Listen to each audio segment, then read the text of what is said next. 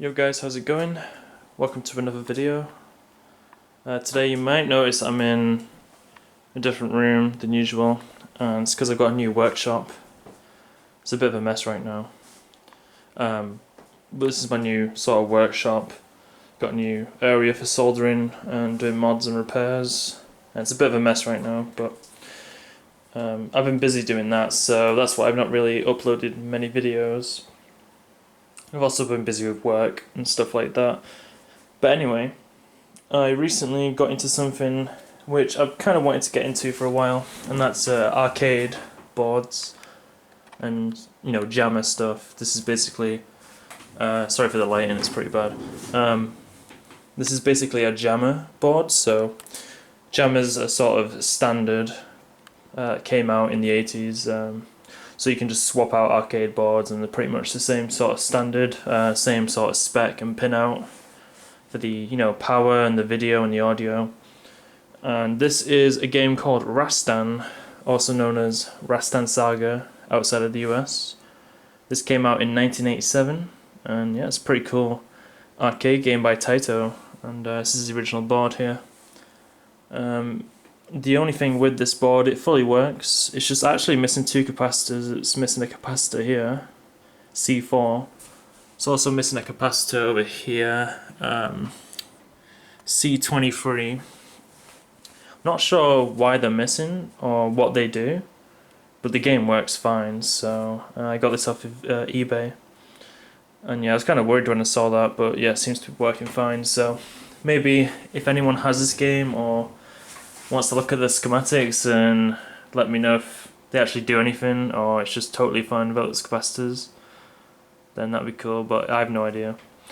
But anyway, so yeah, I recently got into this Jamma arcade sort of stuff. So over here I've got a Suzo HAP power supply, which basically has +5 ground, -5 and +12 volts at the correct amperage, and that comes out here from these terminals, and that's been plugged into this Supergun minigun. And what a Supergun is basically something for Jamma boards. So you plug any Jamma board into this, and this will basically give it'll give power to the Jamma board. It will also give you video out and audio out, and it will give you your controller input, stuff like that. So that's all you pretty much need. But I had to be careful with the power supply I got because I needed one that did -5 volts, because this board in particular needs -5 volts for the audio. A lot of boards don't need that, but this one does, so I had to make sure I got a power supply that would do -5. And so yeah, this is the Supergun minigun, and it's pretty cool. You can also adjust the voltages for the colours, so like RGB and stuff like that. And that's probably the biggest pain so far, is actually adjusting the voltages on the RGB lines. So you just use like a screwdriver, and there's little potentiometers in those holes, and it's just adjusting it right for this arcade board is a bit of a pain. It always seems like it's a tiny bit off, but I mean, it looks fine, to be honest. It isn't that noticeable. But anyway, so we have RGB SCART coming from this port here, which goes through this NES 8-pin DIN style sort of SCART cable, and that's going into my OSSC, and that's been hooked up to my data path capture card, so which is a PCIe capture card that's in this PC. And one thing I want to tell you guys is that this capture card is absolutely amazing. I need to make a video on it. I got it a while back now, and it's just an amazing capture card for capturing VGA, capturing anything really. It's just really good. But anyway, and then I also got this Neo Geo controller. Now this is an original Neo Geo pad, Neo Geo stick, and I was surprised because I've always known about the Neo Geo, you know, AES and how expensive they are and how like good they are, but I was surprised that the stick is very light. It's like there's nothing to it. I always thought from the pictures, because I've never seen or held one in person before. I always thought from the pictures that it would be quite heavy, but it's just quite light actually. And this one, the stick seems to just spin around like this. I'm not sure if it's supposed to. Like I said, I've never had one, but it just keeps spinning around. I mean, it's not the worst in the world, but it's a bit annoying. Other than that, it seems to work fine. So, and yeah, these Superguns, they use the Neo Geo style connectors, the 15-pin style connectors. So I thought I'd get one of these controllers. And yeah, I'm just gonna plug it in and show you guys. So, of course, there's no power switch for this thing, so I'll just plug it in the wall here. There we go. That's powered up. And there it goes, booting up there. And you've got the voltage. That's the plus 5 volts. You can adjust that on the power supply with that little knob at the top there. So you can like dial in the plus 5 volts to a T. And yeah, it's pretty cool. And this is the game here. As you can see, the colours are pretty fine, to be honest. I keep adjusting them, trying to get them just right, but yeah, it seems fine. In fact, it looks a little more contrasty on the camera. It looks a bit better in person. But anyway, next to it here I've got the manual for the Rastan. And these are the dip switch settings. So the game has these two dip switch here. These are called switch banks. So we got switch bank 1, switch bank 2, and you can adjust these for different configurations. So for example, you've got the upright mode and the cocktail mode for like the cocktail mode is for your cocktail arcade desk sort of table things. Don't know what the best word to call. I think they're just called cocktail cabinets. It's kind of like a table with the like monitor built into the table, and then which would be kind of a crazy configuration for this game. But anyway, monitor reverse. I'm guessing that just flips it around. Although I don't know why you'd want to do that. I'm not sure. Anyway, normal and test game, normal game and test mode. Test mode, I'll show you in a minute.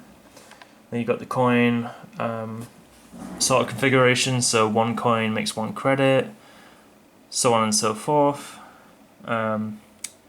Switch bank 2, you got the difficulty settings. I've got this on the easiest, and it is extremely hard still.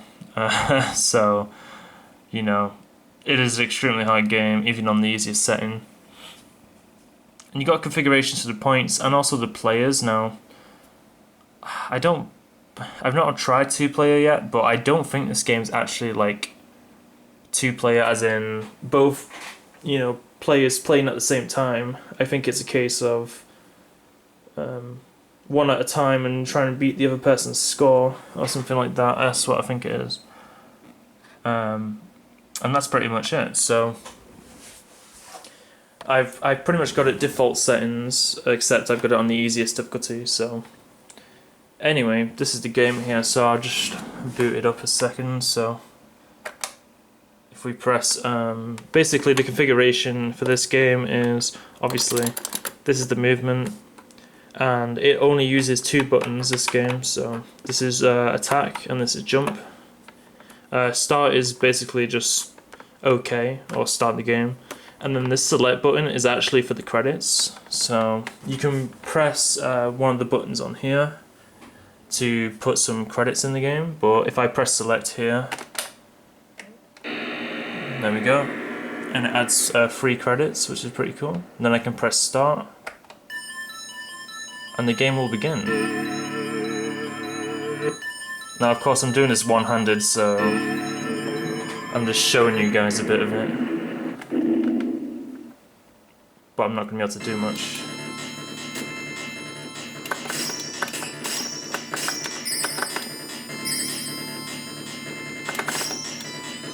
because yeah, of course I'm playing one-handed, but it's a pretty cool game.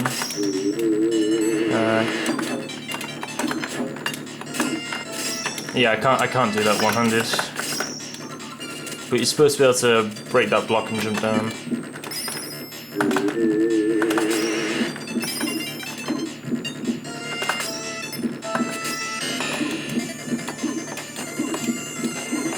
But yeah, it's got a really good soundtrack as well. Yeah, anyway, I'm dead. But yeah, it's a pretty cool game. And like I said, it's got a really good soundtrack. So anyway, I'm going to turn it off here by unplugging it. And then what I'm going to do is, because you're supposed to change these dip switches while it's off. So anyway, dip switch 3, bank 1, if I turn that to on, which is actually quite difficult because they're very small. There we go. So that's now on. So now we plug it in, and we've got test mode here, which has the RGB. And then if I press, I think, start, there we go. We got this test mode here. So coin A and coin B. So it's basically the buttons. So if I press select, that's testing the buttons. Press A, press B, use the analog stick. And we've also got obviously RAM and a ROM, okay, and we've got the dip switch settings, and we've got the sound code. We can actually test the different sound effects. And I think we can test the soundtrack too. Let me see. I think it's 1A, wait. Yeah, 1B, 1C. For example, this is the boss theme, which I think is pretty cool. I'm not sure what tilt means, or service, but yeah. So that's the Rastan arcade board. I'm gonna reset this. Actually, this bit's pretty cool. I like that bit of the soundtrack. Anyway, unplug that. But yeah, that is Rastan.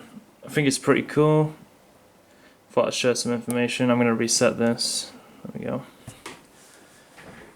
Thought I'd share some information and just show you guys this. I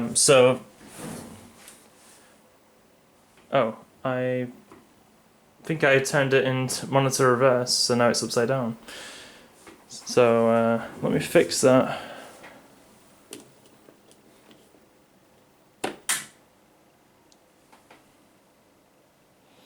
So I'll put it back into, there we go, put it back into the mode, come back to test mode, oh, it's not in the test mode, of course, monitor reverse off, which when it's on, okay, I see. So unplug this. I'm still getting to grips with this, because it's my first Jamma board. So it took me a while to get, you know. So I think that's off now, so yeah.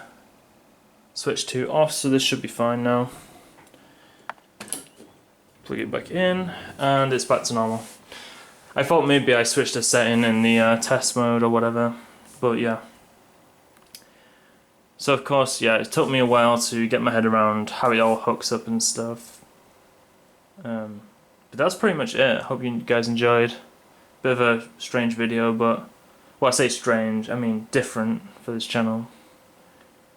Although, to be honest, this channel is just random videos. So, anyway, hope you guys enjoyed. Take care, and hopefully see you soon.